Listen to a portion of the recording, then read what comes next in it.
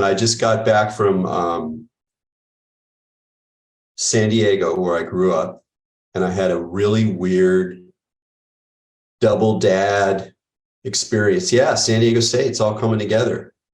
On one day, I went to the memorial for my father, who was a scientist who died last year. So I got to hear all these scientists talk about his work and his personality, which was kind of, a little bit over the top. So there was a lot of funny stories about what a crusty character he could be, but also a sweetheart.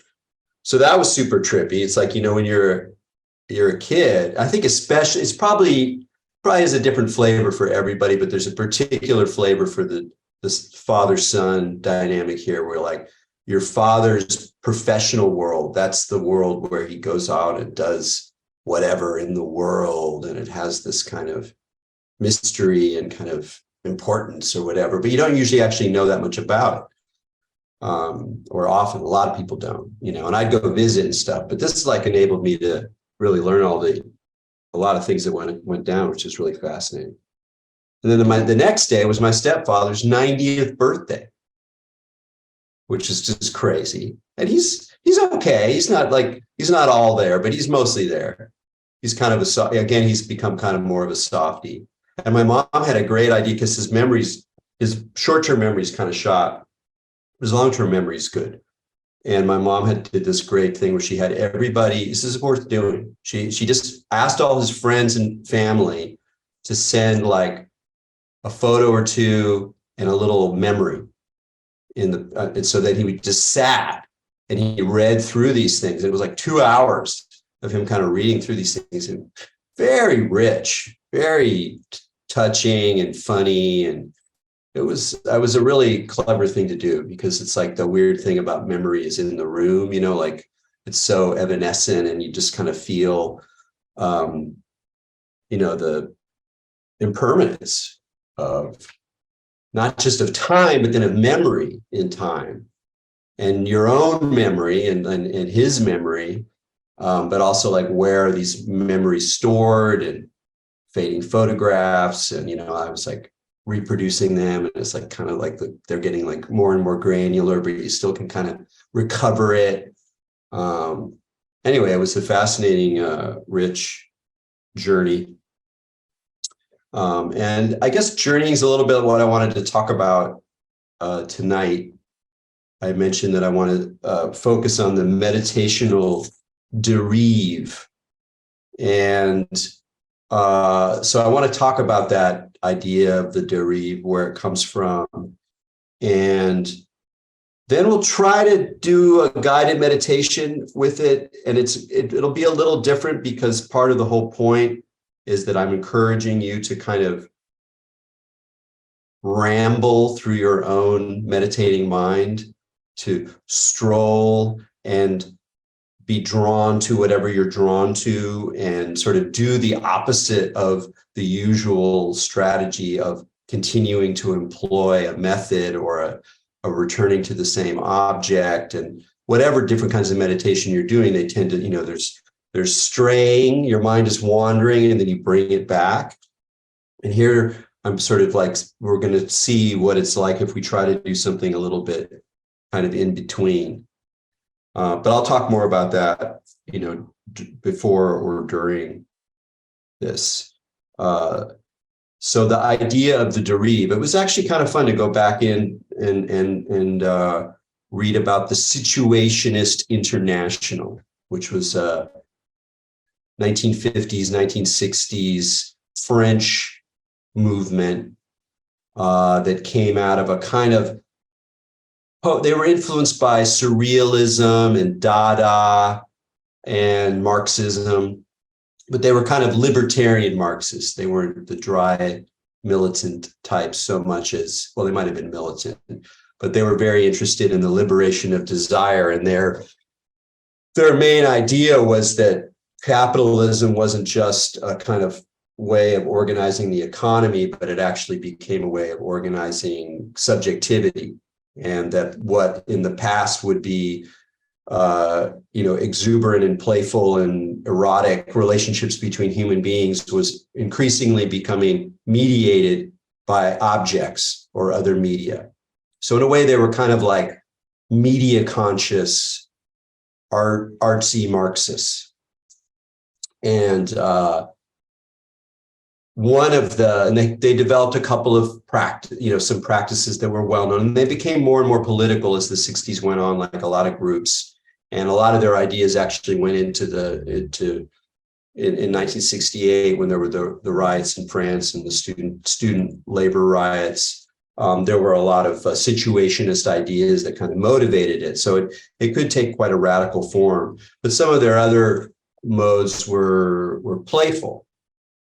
They had one practice they called détournement.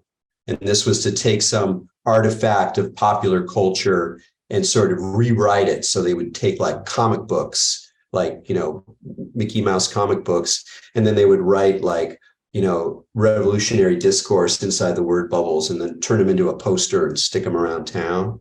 So it was kind of this collage sampling kind of idea that's really familiar to us now. It's like doesn't register at all as being anything novel particularly, but at the time it really was, especially to bring it into the domain of political, that kind of political criticism. And they did it with films, and they were very interested in collage.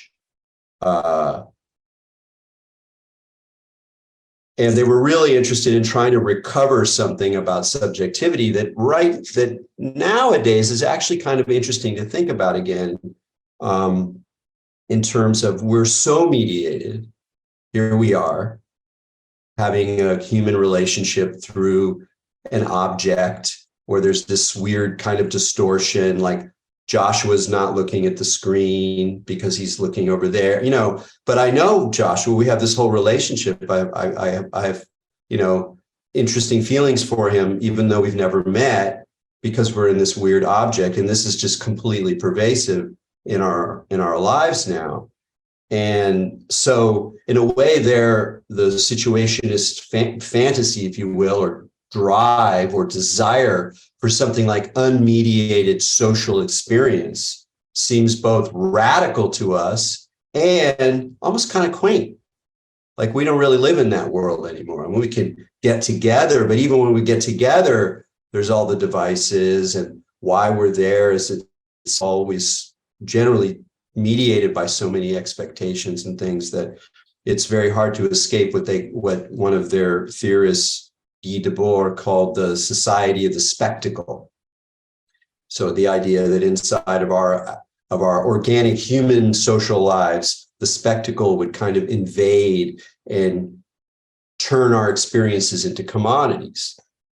And we all have that sense now, of a kind of commodified experience. At least I do, like things that I might have done when I was younger in a kind of free way, I now see as like, oh, it's kind of like a packaged experience, and I choose to go and I pay my ticket, and then I go for the ride, and there's the experience. And those experiences are richer and more marvelous and multidimensional as we go forward. And in a way, it represents this kind of creative playfulness at the edge of the experience economy. But from a Guy Debord perspective, which is more pessimistic, it's really just the way that, capitalism and control and the kind of way that capitalism organizes science and our own experiences get organized in an ever more sort of refined and intimate way. I won't go there. I'll spare you my AI paranoias, but one thing that struck me is they were talking about what great persuasion machines they will make, because they're able to sort of interact and learn in real time. And if they're plugged into the internet, they have access to all your information. So they know all about you, and they know all the associations, all the books and movies and all the things and everything they do. So they have a pretty good psychological picture of you. And one of the accounts I was reading, there's already sort of AI-driven chatbot companions that are virtual that people fall in love with or have relationships with, and and they're not even they're not even inside robots. But the idea of how one of the temptations perhaps insidious temptations of the AI future is precisely the intimacy, that you may have the experience, like some people, here's a good example. Like, I don't know, I'm not on TikTok, but I know that one of the thing that everybody says about TikTok is, you're like, it's mind blowing, man. You start on TikTok and it's like in like a few iterations, you're just getting exactly what you want. Like whatever that algorithm is really good at reading you. And it's not even as complete a picture, as it could be. So that weird sense of the intimacy of the artifact of, in this sense, the capitalist artifact, is already in our lives and, is threatening to become more so. So these issues about recovering our sense of, to the degree we can, spontaneity, play, unmediated human relations, unmediated relationships with the world around us, becomes ever more kind of pressing in a way. Even if like the kind of large scale revolutionary actions that the Situationists imagined seem difficult to imagine in our current conditions. So the Dharmanaut was one of their practices, and another one of their practices was the Dérive. And the Dérive had to do with an idea about, particularly about the city, although it doesn't need to be a link to the city. And this idea was captured by the term psychogeography, which is a great term and has gone on to mean other things in other situations, but it's a really nice way to think about. And at core, it's just the idea that there are ways that the environment around you, the urban environment, natural environment, parks, whatever, that has an effect on your psychology, that it creates ambiances. And that's sort of the beginning of the term. And then over time, it starts to build and build and build. And it's really more about how the world, the built environment we face in particular, though again, you can do it with natural environments, is filled with histories and ghosts. There are traces of worlds past. And part of it's, again, this question about memory. And so psychogeography is both an exploration of the psychological, liminal, atmospheric, evocative potentials of place, but it can also be a more concentrated attempt to uncover the hidden histories, the ghosts, really, that linger in a place. So it becomes a way of rewriting the city or the area you live in. So, for example, I live not that far from UCSF, and in 1916, the last member of an Indian tribe, a guy named Ishi, came out of the boondocks. He had been alone for years and years and years and was tired of it. So he just came out and was like, okay, here I am. And for, weird and sort of disturbing reasons, he ended up living at the anthropology department, which at that point was here where UCSF is in San Francisco. So behind UCSF, there's a Mount Sutro, and there's a little area where there's a cleft in this rock formation, and he used to go there. It's Ishi's cave. There's accounts of it or whatever, and you can go find it. And like, it's sort of carried in the memory of the place, of the people who run it. They're like, oh yeah, that's Ishi's cave over there. But you kind of have to know where to go, and you kind of have to put the pieces together to find it. So that's a sign of like, to do that, to go like, let's go to Ishi's cave, is like a psychogeographical act, because it's an ordinary, it's no big deal. It's not like a real cave. You wouldn't stop there anyways, but it becomes a place because of these layers of association and memory that you partly have to kind of uncover yourself. So it becomes a way of stripping off layers and uncovering things. So what's the Dérive? The Dérive is a way of moving through the city, usually in groups, often drunk or intoxicated through some other means. And the whole point of view is to like deconstruct your habitual way of moving through the environment. I mean, it's shocking how habitual our movements through our environment. We've lived in the same place for a long time. I just had this completely weird experience that's almost embarrassing, but also so human, which is I've lived in this place for decades. And we were coming back with an Uber driver last night, and he went away that I have never gone, that's actually extremely efficient and allows you to miss all of the traffic lights from a certain direction that normally I would go on the main street and have to submit myself to traffic lights. And it's totally obvious. And I've never done it after all this time. So you realize, it was shocking, a little embarrassing, but also kind of awesome, because it's like how invisible our habits are to us. Like there's all the visible habits and the ones we might get consciously even bored of. Oh, here I am again, going to the same store and hey, yes, no, I got a bag, whatever. But there's all this invisible stuff that we're not even aware of, including where our eyes land, how our bodies move through the space, how we duck around certain things. Like I've been trying to encourage myself even just to look at details, especially in environments that I know so well, and to try to find something new, just to notice the way that the dullness that we can feel around our ordinary life, or moving through our routines is partly has to do with repetition, but it's also because we get so kind of closed down. And for the Situationists, there was something, here we go, that sounds cool.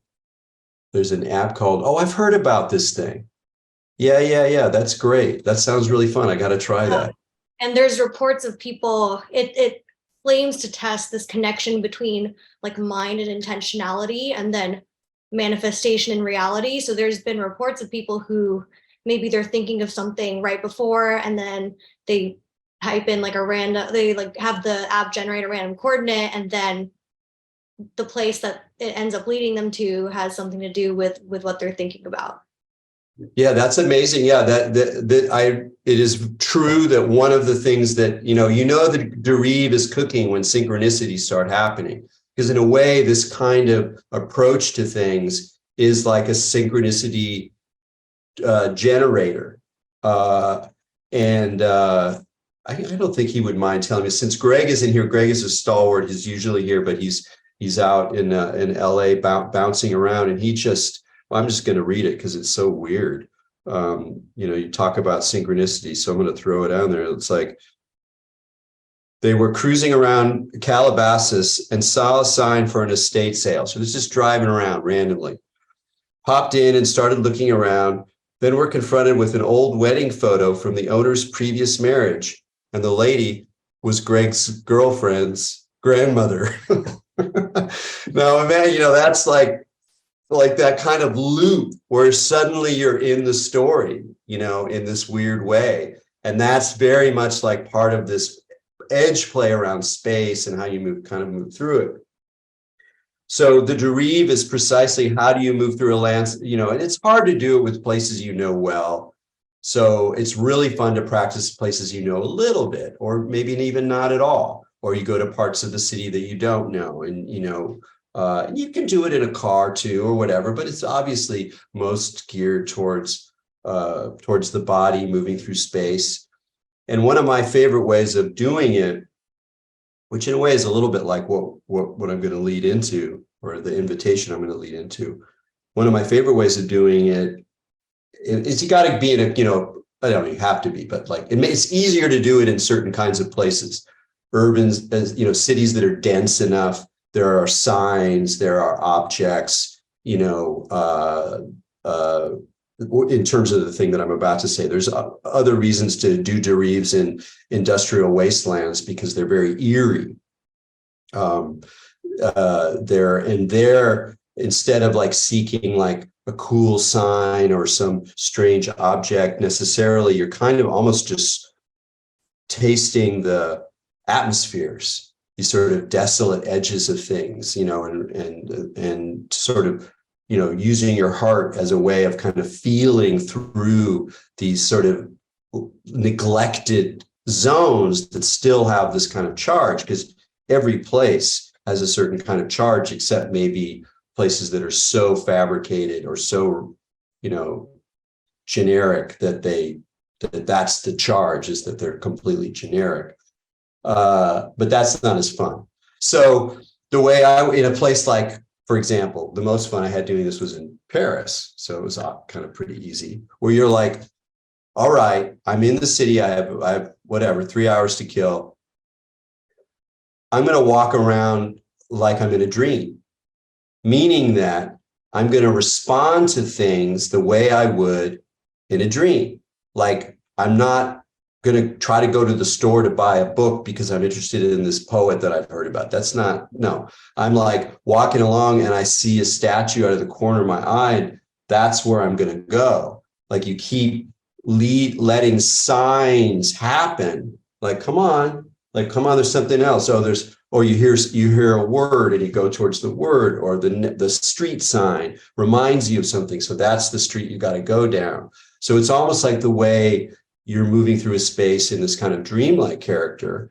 And if you're doing that, if you're at all intoxicated, you can get into this kind of synchronistic kind of space in a way, that something where sort of discoveries happen in a sort of dreamlike manner. But also sometimes you wind up in places that you didn't intend to get to, and they're not always pleasant. Sometimes they're spooky, or they're desolate, or they're depressing. And that too is like part of the city and part of the way you organize it or don't organize it. And so it's a wonderful practice. And you can do it, of course, re-saying the whole thing if you're in certain kinds of nature where you're not just on a definite path, where you're literally wandering through an environment where you could move in different directions at all times. You can get into the same kind of headspace of sort of following signs, or sensing, like, in a way where the action is. And that's kind of the spirit that I'm going to try to bring to this meditation. And in a way, I'm totally changing the frame here, because we're not talking about physical space or social space. We're talking about your own meditative mind. And it's something I used to do, quite a lot, and I'll still do it sometimes, though a little less than I used to. But I first really kind of thought about it when listening to an early tape by Shinzen Young, who's a wonderful meditation teacher, very clear. And he was talking about how you shift your object of focus. So if you're counting the breaths, quieting the mind, bringing the mind back to the breathing, you're counting the breaths, then you can let the numbers go, and you're still down with the breathing. You're coming back to the breathing. And then there's sort of a shift, and you can become, say, aware of the quietness in the space of this breathing focus. And you can shift the object from the breathing to the quietness. And then so instead of having the breath be the focus, you have this sense of quiet or calm be the focus. And so in a way, you're kind of feedbacking as your meditation develops or even changes. It doesn't even have to develop. And that's part of the mind frame I'm trying to, in a way, encourage you to sometimes drop. Because if you're a serious meditation practitioner, it usually means you have a method or a technique, and it involves some kind of like, okay, now I'm kind of losing it, so bring it back to this thing, some kind of way of like organizing it or working it. And it's great stuff. If you don't do that, you never, I think it's very, very rare person who can get into deep states without doing a lot of heavy lifting with following the breath or some other kind of really basic way of developing contemplation or some kind of continuity in your concentration. But once you've developed that, then there's this kind of zone where you start to kind of play. And the Dérive, in a way, is an invitation to, establish a good sense of concentration, where there's, you have a nice flow going, or there's relative quiet. Relative doesn't have to be super, super crazy. And then from within that, you just explore in a very subtle way. Trying to figure out whether to do it. Maybe we'll just do this, the way that I sometimes do this, where we go into meditation and then I kind of talk a little bit more than a more normal guided meditation person would do. And so let's try to do that with this. So take your positions. Feel free to turn off the camera. And, take whatever seat you want. If you want to super chill on this one, go ahead and lie down. I know sometimes that happens anyway, but if you're still sitting, just get really comfortable, because we want to settle in here at the beginning and really invite a sense of calmness and relaxation and centeredness. So as you're settling in,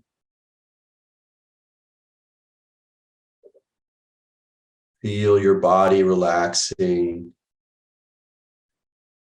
but keeping a sense of uprightness in your chest and in your head. One way of doing this is be aware of your chest being pulled ever so slightly forward, almost as if a string was attached to it. So your shoulders roll back and there's a kind of openness to your chest, very subtle.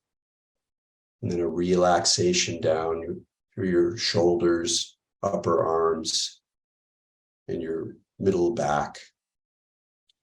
And at the same time, a kind of tug at the top of the skull so that your chin slightly moves in towards your throat, just a tad.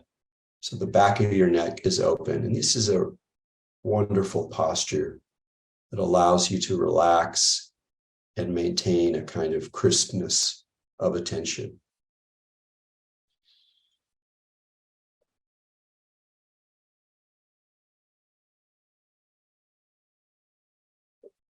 Now let's settle on the breath. Whatever place is most comfortable for you, where you can really embrace the breathing.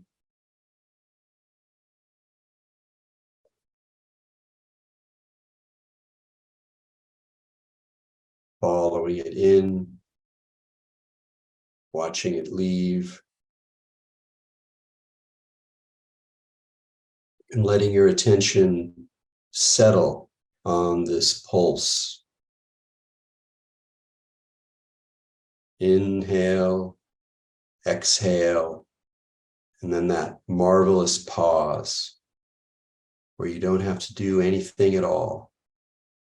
And then it starts again. So let's just stay with that for a bit here. Just following the breath in your body wherever it's most available.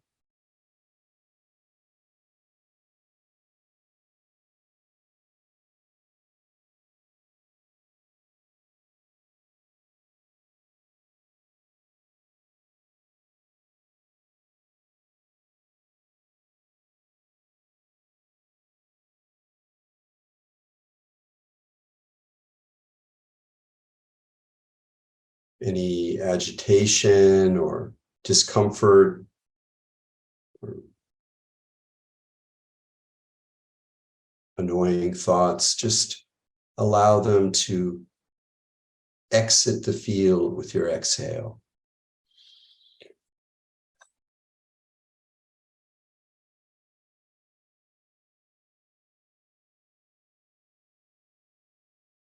Every inhale, a little brightness coming in, and every exhale, relaxing and letting go.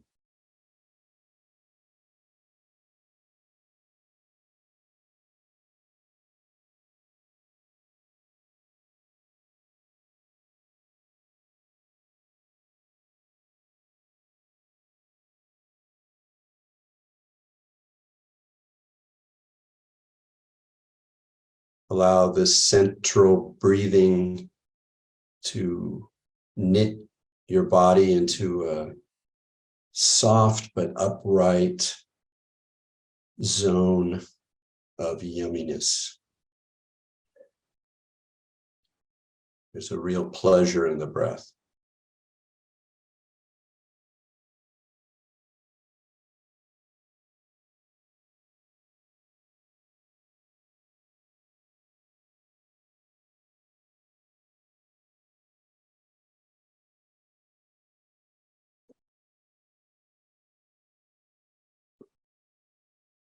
As you settle in and grow calm and concentrated, you may notice certain signs in your body, in your mind, in your vision, in the sound.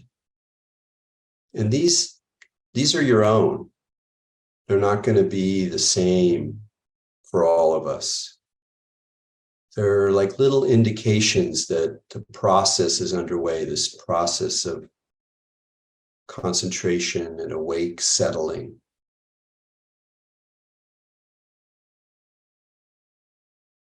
And in this meditation, I'm really trying to cultivate a sense of openness and even of curiosity about what's happening in the totality of your body mind.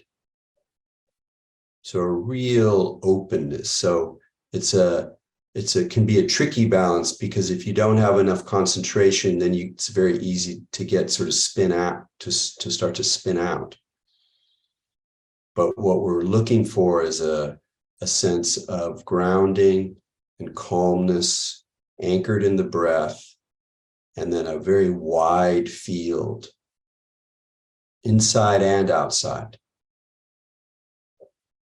And hopefully, perhaps in a way that begins to erode that difference. The car is just a sound, the way the grumbling belly is just a sound. The flicker of light on the inside of your closed eyelid is just the flicker of light of the sun through the window shade.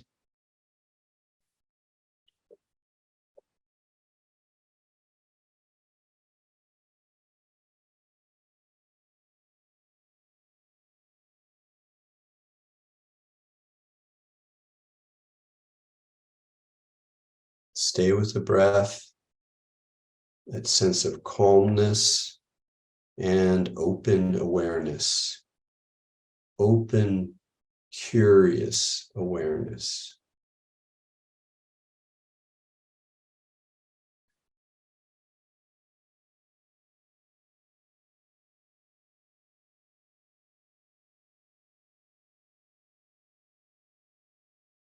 Keep refining your sense of what's happening in the total field. These might be feelings in your body,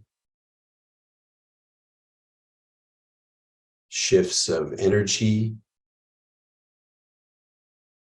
particular patterns in thought, although that can be tricky, easy to spin out. Perhaps images more than thoughts. And rather than habitually sort of dropping these noticings, a car passing on the outside, an image of your pet on the inner movie screen, you just let them come and go with a kind of quiet interest.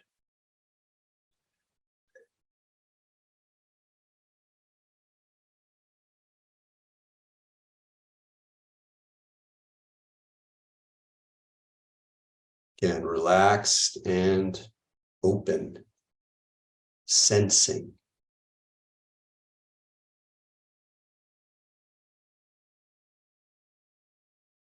You can even begin to sort of probe this field. In some meditation systems, they encourage people to systematically scan your body. In a way, that's kind of what is on offer here, except without the system. You can just start probing the field.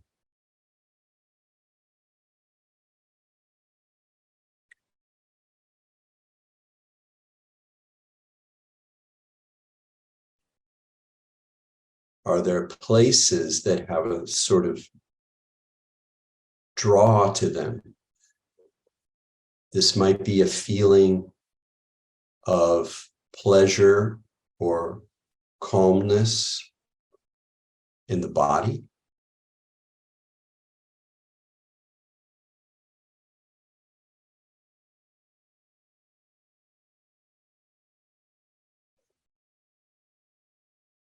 It might be a certain interesting quality to your vision, whether your eyes are open or closed or half closed, a sort of different sense of space that flickers or unfolds at the edge of the more familiar space.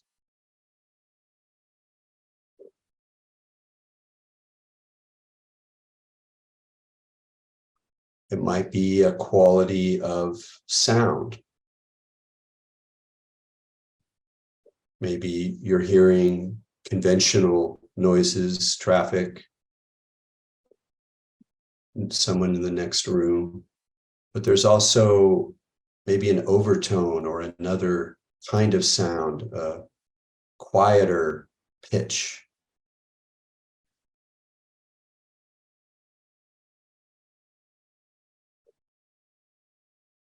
So allow yourself to gently scan on this level of sensation and just land somewhere. See what happens when you shift your attention to one of these features. Do that now.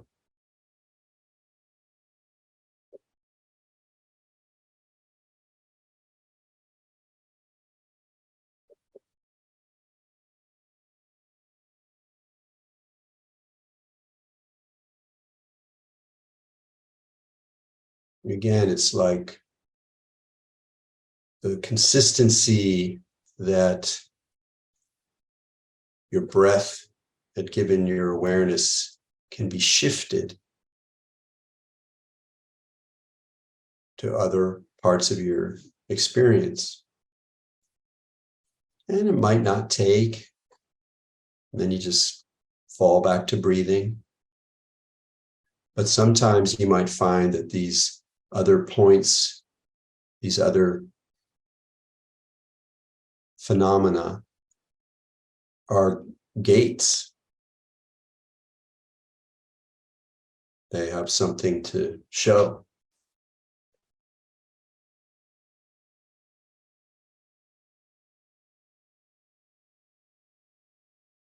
So we can do this for a bit.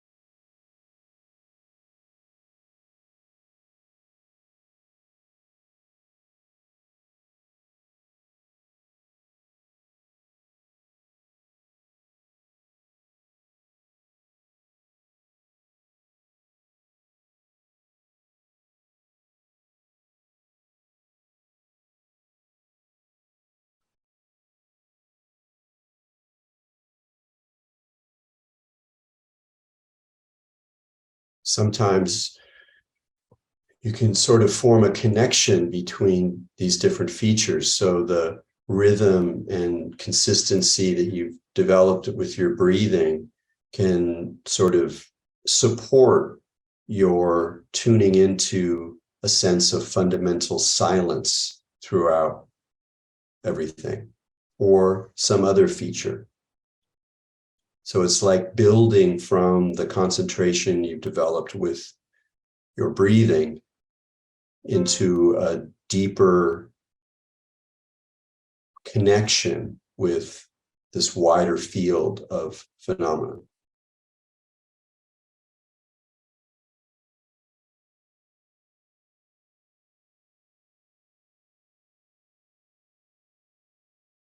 This kind of open field awareness also works on emotions, feelings, and what I'd call atmospheres or ambiances. Just as wandering at the edges of an industrial part of the city, open lots, weeds, broken windows, has a feeling, this nebulous, poetic atmosphere. We have all these atmospheres within. And if we settle down and refine our sensing, then we can notice that behind the gross feelings that we're familiar with, anxiety, worry, hunger, obsession, love, fear, anger, there are these subtler clouds of feelings. So right now, probe your own feelings. Not quite emotions, something poetic, something evocative. It might be a place in your body that is sort of asking to be unfolded. And part of that unfolding is to sense into this atmosphere, often nameless, hard to locate, but rich and intimate.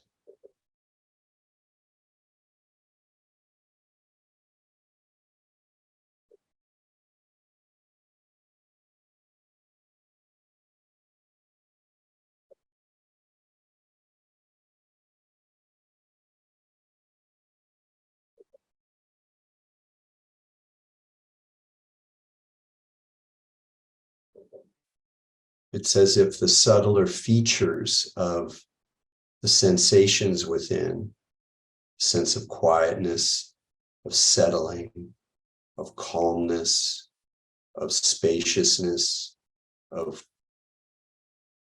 quiet light, and all of those also have these feeling tones. And you're allowing yourself to drift through these feelings. A little bit like a hunter in some ways, but also just like a wanderer, a drifter.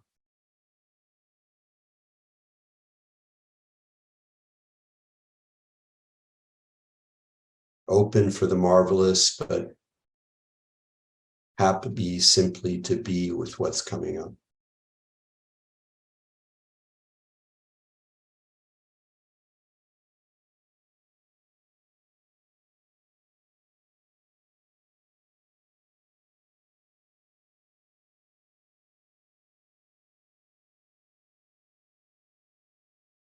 See if you can tune into these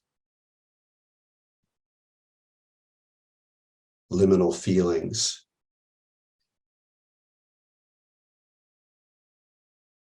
Do you want to capture them, see where they're going? Can they just be there? Do they open up?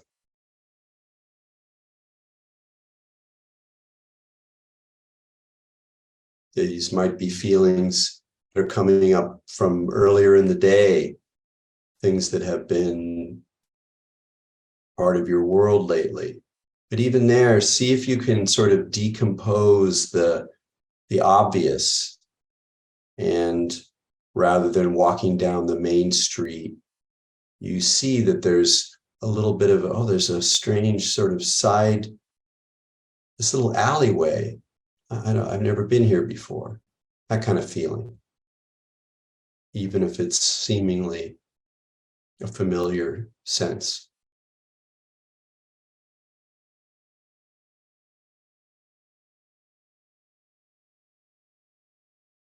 Allow your feelings to show themselves as a kind of space that you move through.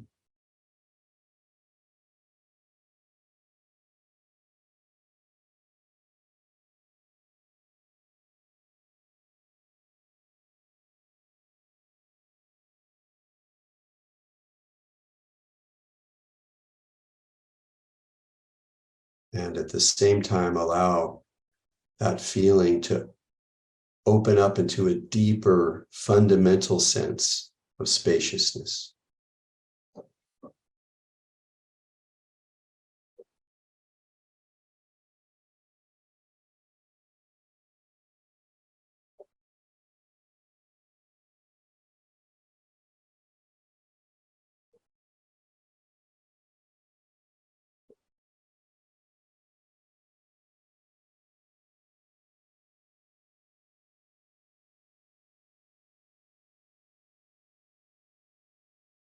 Or as you move through your journey, it's sometimes nice to touch back with places you've been and see how things have shifted. So you might redefine your posture, or really rest with the breath again, and then go off. And you might notice that everything has kind of shifted.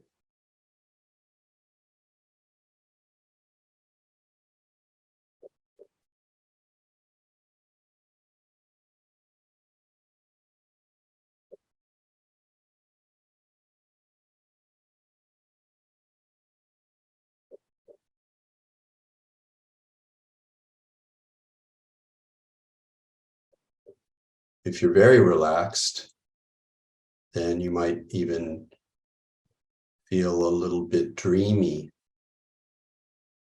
And indeed, working this way, you can really emphasize the relaxation and bring yourself to the edge of dream, to the kind of liminal dreaming space. And here, the invitation is to allow images to emerge. And rather than simply dropping them and returning to the breath or returning to awareness, sort of let them linger. Don't analyze them necessarily, but feel them or sense your way into them. This is one of the marvels you've stumbled across. So here we're not really meditating anymore, perhaps, but we're using meditation to guide ourselves through these liminal worlds.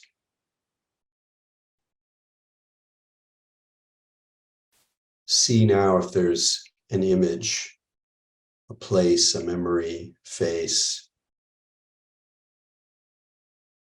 a pattern, an object, a dream that's lingering on the edges of this open field.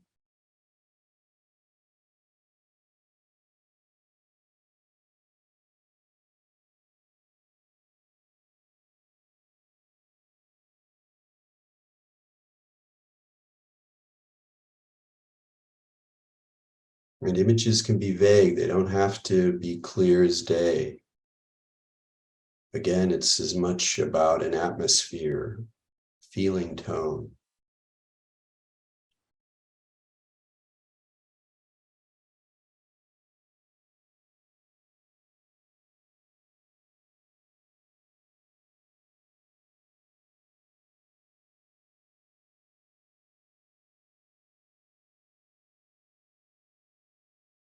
And this method can also be brought to the more ordinary thoughts that have probably been popping up, threading themselves throughout your sit the way they usually do.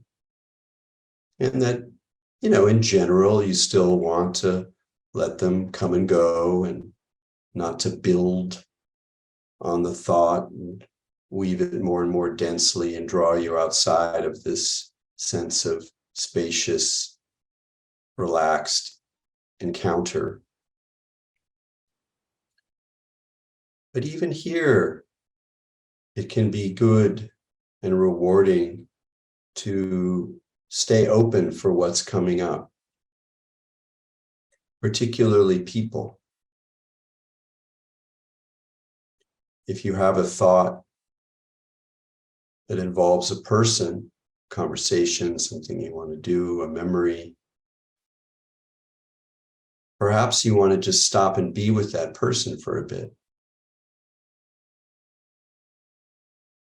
Maybe you know that they're suffering and you can beam golden light at them, or imagine them happy, or wish them profoundly well.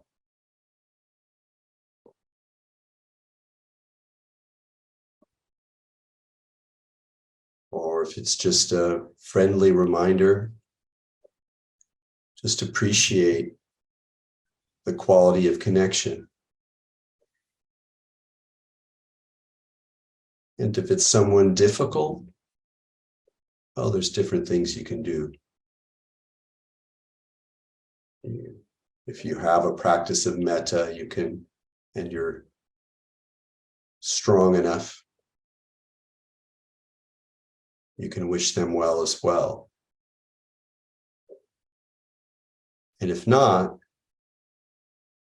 you can appreciate the singularity of their personality, or the personality that you know, even if it's unpleasant or irritating or infuriating. They have their own taste. So rather than just banish these thoughts, be on the hunt for a marvelous opportunity to rest and to open.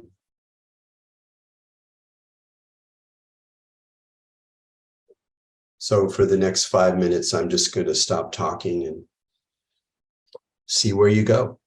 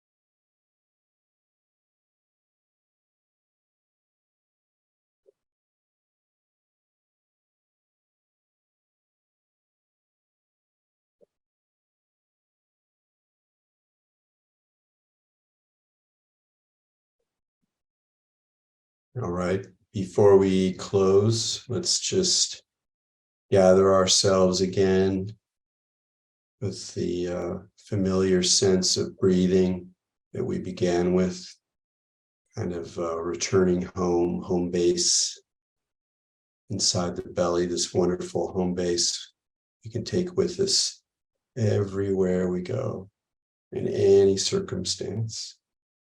We have that home base.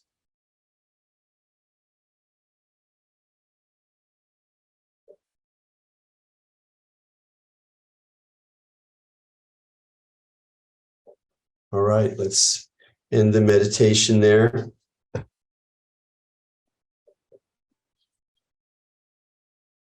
Return to our pleasant little group.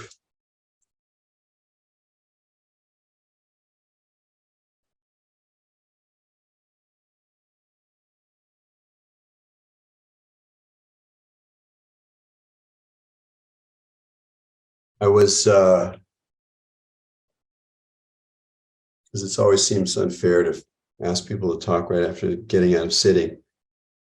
But I was thinking of one way or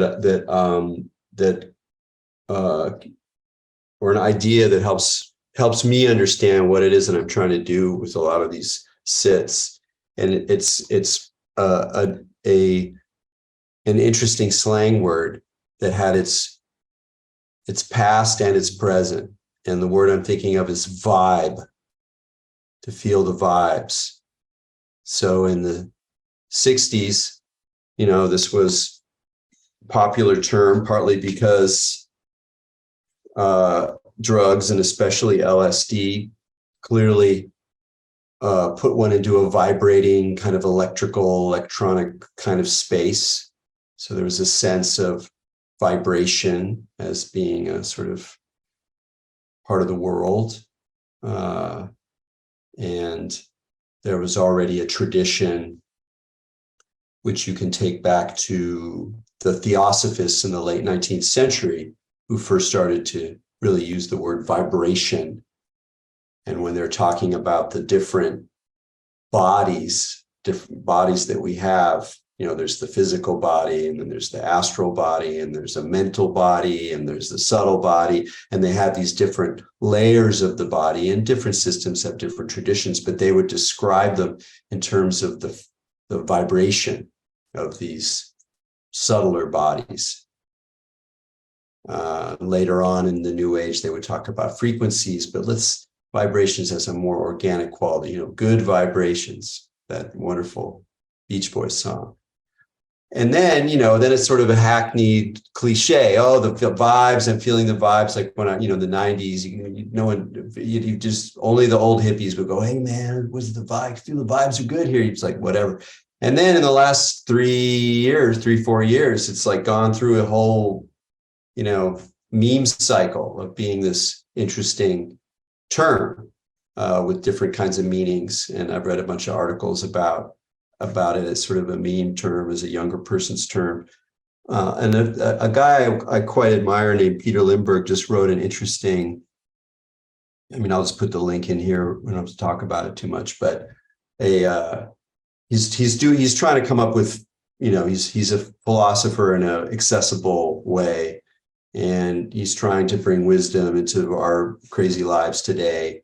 And he has this interesting kind of idea of like the shift from meme to vibe as a really actually kind of significant shift from an excessive focus on words and signs and information that we're all plugged into, and a kind of shift to bringing in the body and sensation as part of the sense-making process.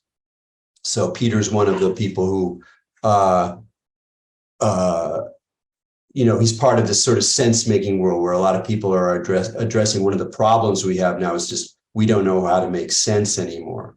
And we're not even aware of like where we would turn to begin to make sense, let alone what that sense would look like. Like, is it rationality? Is it, my previous experience and knowledge of how things work?